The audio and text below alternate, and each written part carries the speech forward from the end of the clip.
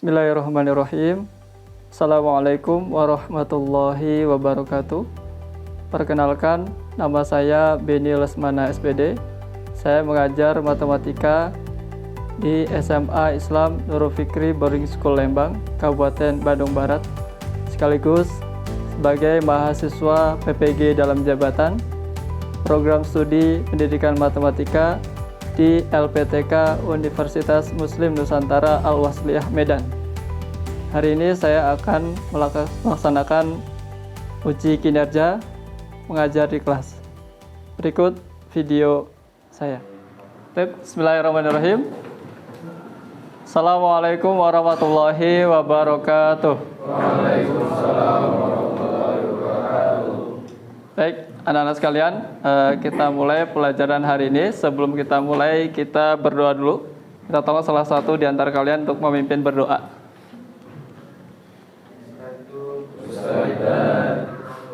Bismillahirrahmanirrahim. Rabbi shrah li sadri wa yassir li amri wahlul 'uqdatam min lisani yafqahu qawli. Rabbi zidna ilma warzuqna fahma birahmatika ya arhamar rahimin. Gimana nih kabarnya hari ini, sehat?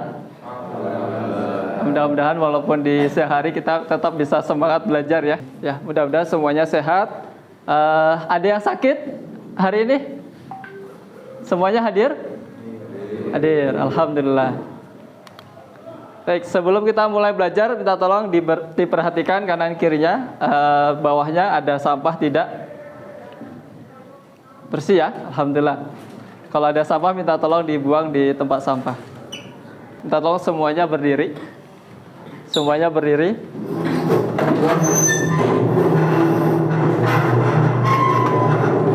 Kita menyanyikan lagu Satu Nusa, Satu Bangsa.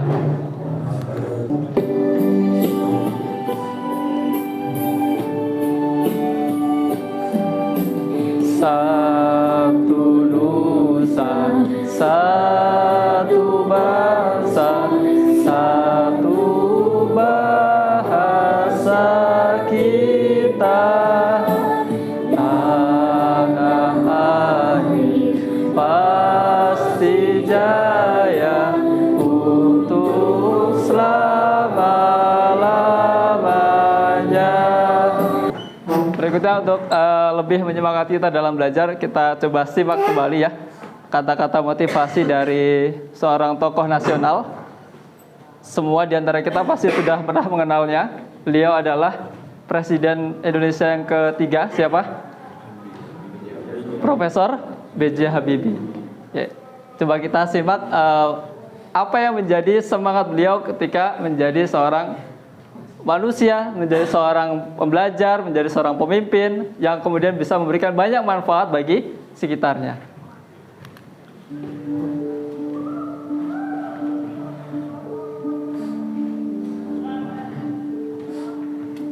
Saya tidak pinjam. Kalau orang pernah tanya sama saya, Pak Abi, kok bisa begitu?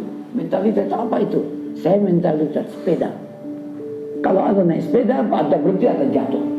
Jadi kalau saya berhenti bekerja, saya masuk. Umur 80. Kalau ditanya Habib umur berapa? 90 kurang 10. Tapi jiwanya 17 tahun. Tidak ada bedanya. Saya mau jalan muda. Kenapa? Karena alasan-alasan tadi yang saya beri. Itu motivasinya. Yang penting motivasi deh. Semangat saya itu datang atas keyakinan dan kesadaran bahwa saya itu manusia, produk dari masyarakat di mana saya hidup. Karena saya dan keluarga saya dulu dan sekarang dan masa depan ada bagian terpadu dari masyarakat ini. Kalau masyarakat ini makmur, ya keluarga saya itu makmur. Karena itu saya terus tidak mau berhenti. Saya bilang, tidak ada gunanya Anda IQ-nya tinggi, tapi malas, tidak memiliki disiplin, forget. Yang penting adalah Anda sehat, mau berkorban untuk masa depan yang lebih cerah, dan Anda konsisten, bekerja keras, berdisiplin. Saya bersyukur sejak saya lahir sampai sekarang saya mampu membuat kita fusi antara elemen agama, budaya, dan penelitian ilmu pengetahuan dan teknologi. Saya bersyukur bisa menyelesaikan semua masalah-masalah yang saya hadapi. Masalah dengan halal, dan terasa orang sekitarnya ikut menikmatinya. Itu apa yang diberikan oleh ayah saya. Jadilah mata air yang jernih, yang memberi kehidupan kepada sekitar.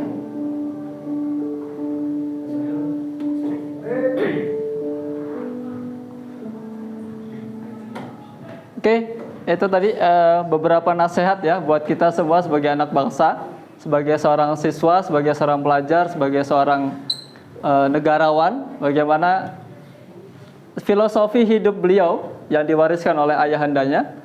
Jadilah seperti mata air yang mengalir, yang jernih, yang mampu memberikan banyak manfaat bagi sekitarnya, bagi lingkungan sekitarnya. Ya, kita paham bagaimana air itu bisa memberikan kehidupan bagi tumbuhan, bagi hewan, bahkan bagi manusia. Ya, prinsipnya sebaik-baik manusia, kata Rasulullah dalam satu hadisnya, adalah mereka yang mampu memberikan banyak manfaat bagi orang lain, ya, tentu juga bagi dirinya sendiri. Ya, mudah-mudahan lewat belajar kita hari ini dan juga belajar kita di ke depan, kita bisa memberikan banyak manfaat bagi diri kita sendiri secara pribadi, juga kepada orang lain di sekitar kita. Sebelum kita masuk ke materi inti kita tentang pengolahan data kelompok ya, nah, coba ini kita review kembali materi atau pengetahuan kita sebelumnya.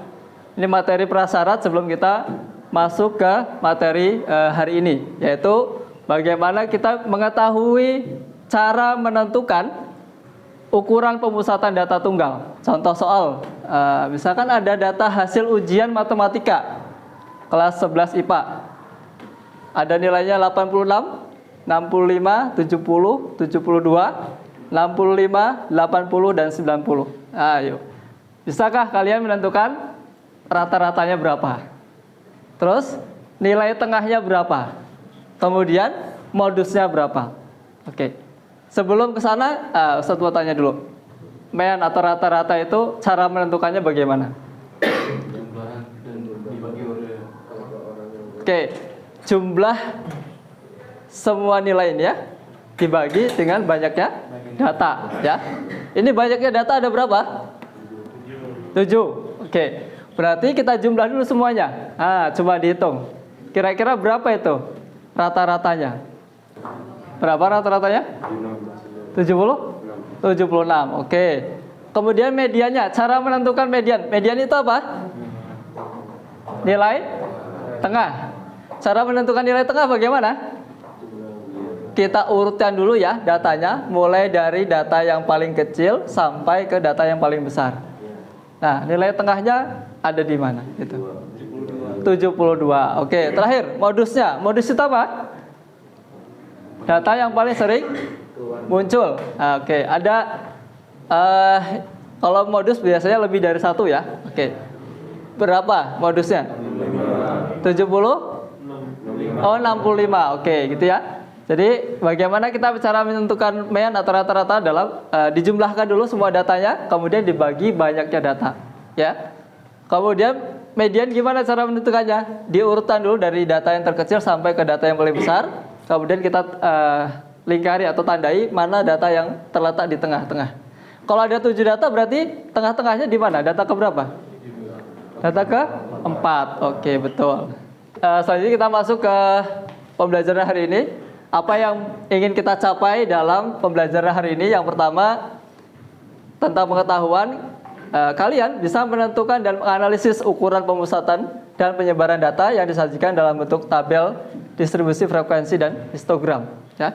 Kemudian setelah keterampilan mampu menyelesaikan masalah yang berkaitan dengan penyajian data, hasil pengukuran dan pencacahan dalam tabel distribusi frekuensi dan histogram. Tujuannya adalah bagaimana peserta didik kalian mampu menentukan dan menganalisis ukuran pemusatan data dan penyebaran data yang disajikan dalam bentuk tabel distribusi frekuensi dengan baik dan benar. Ya, jadi titik tekannya ada di sini, baik dan benar. Manfaat kita mempelajari statistik sebetulnya banyak ya. Mempelajari statistik manfaatnya bagi kita dalam kehidupan sehari-hari. Dalam dunia medis, ilmu statistik terlibat penting dari berbagai tahapan yang sangat riskan. Statistik terlibat dalam mengukur status kesehatan masyarakat, baik di masa sekarang, masa lalu, hingga memprediksi masa depan. Penentuan obat dan terapi yang paling optimal dalam menyembuhkan berbagai penyakit kronis juga membutuhkan aplikasi statistika. Ya. Hari ini dalam pembelajaran kita menggunakan model pembelajaran project based learning atau pembelajaran berbasis proyek. Ya.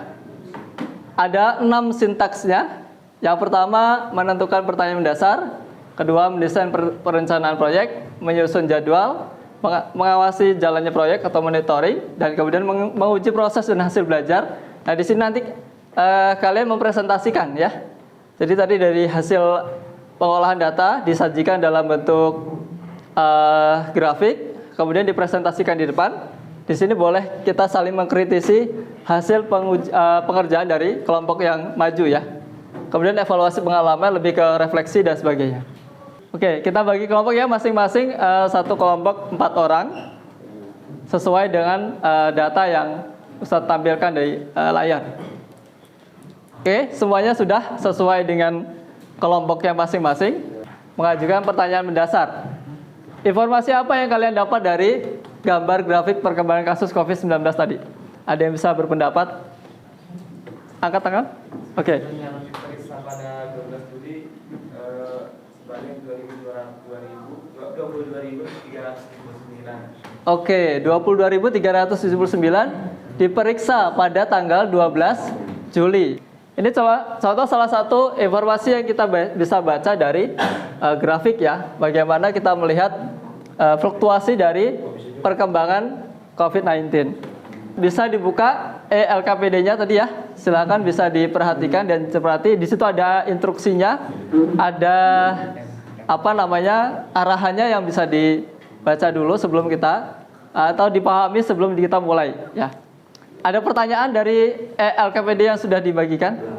Berikutnya menyusun jadwal. Menyusun jadwal, kita sepakati bahwa pengerjaan proyek kita selesai dalam waktu 50 menit. Di mana 20 menit pertama digunakan untuk menyelesaikan pengolahan data, ukuran pemusatan dan penyebarannya. Kemudian 20 menit yang kedua untuk menyajikan data tadi dalam bentuk histogram dan poligon. Terakhir 10 menit terakhir kita gunakan untuk presentasi. Jadi nanti setelah dibuat grafiknya disajikan dalam bentuk slide presentasi. Pakai Canva boleh ya, pakai PPT juga boleh ya.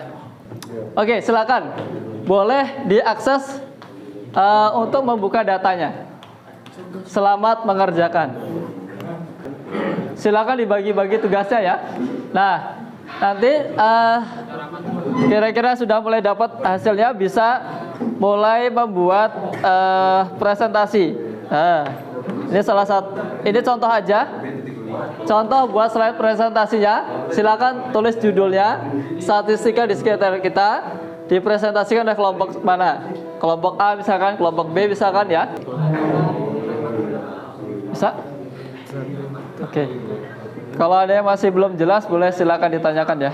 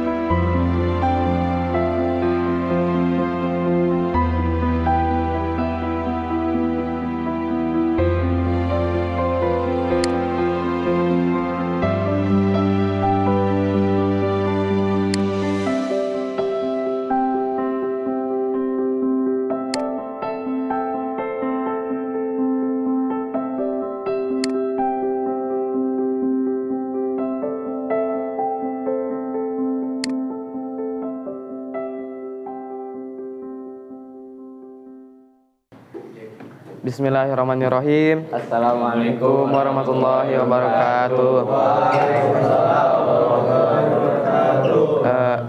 Kami dari kelompok C akan mempresentasi yang statistika.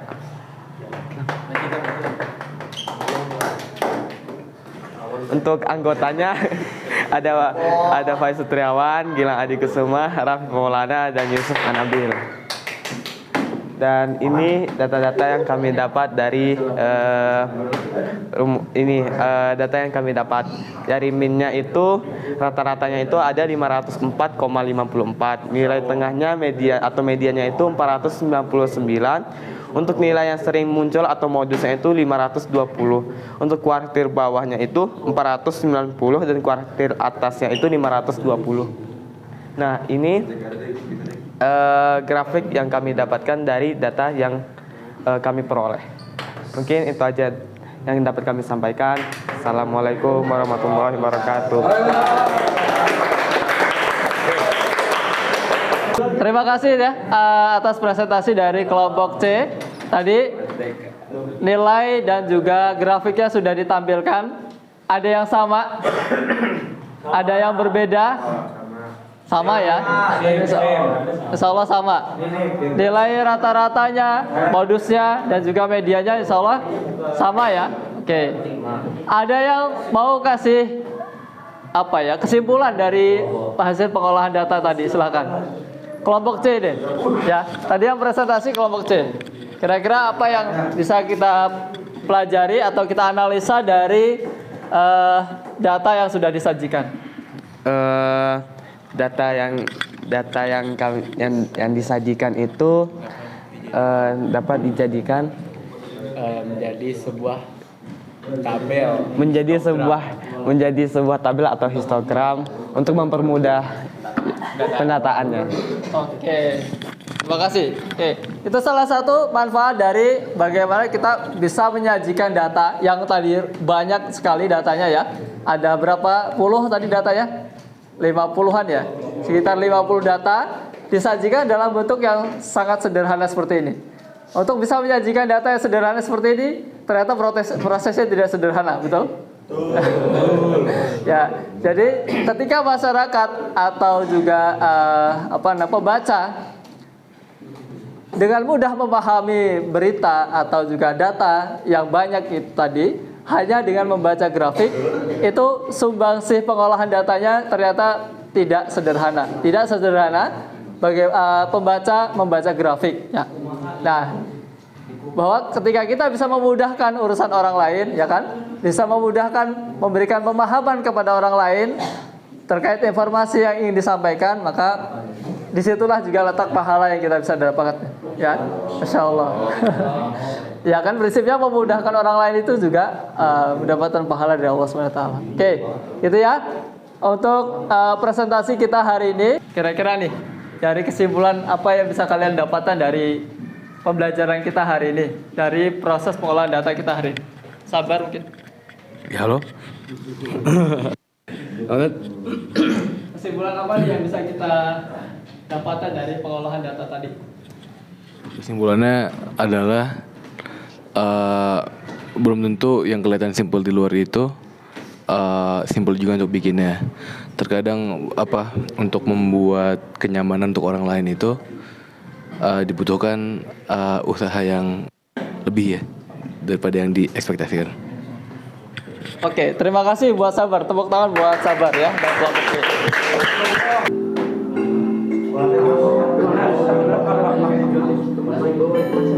Udah salah. Oke. Pertanyaan pertama sudah salah.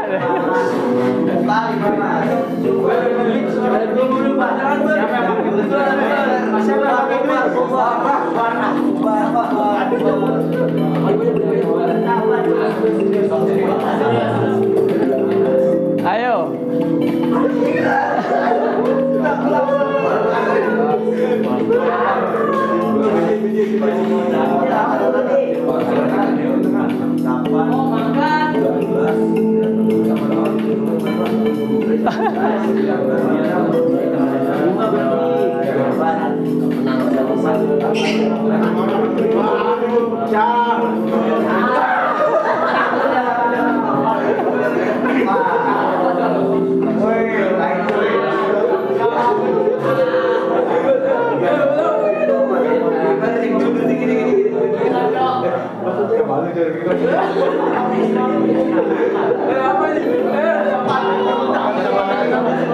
Hah? Nilai yang terbesar kurang terkecil.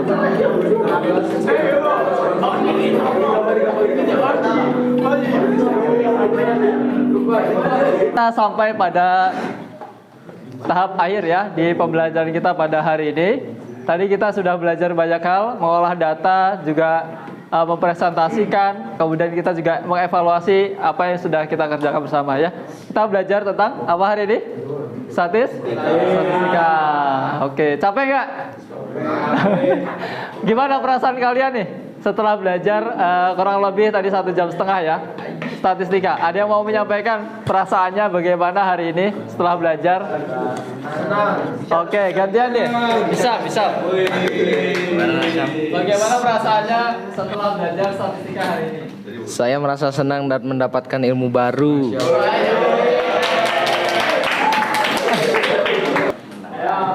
Berikutnya adalah ini tugas yang bisa dikerjakan di rumah sebagai pengayaan ya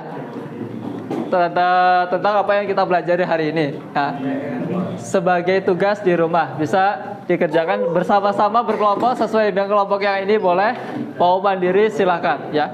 Gitu. Siap. Oke. Alhamdulillah pelajaran kita hari ini selesai.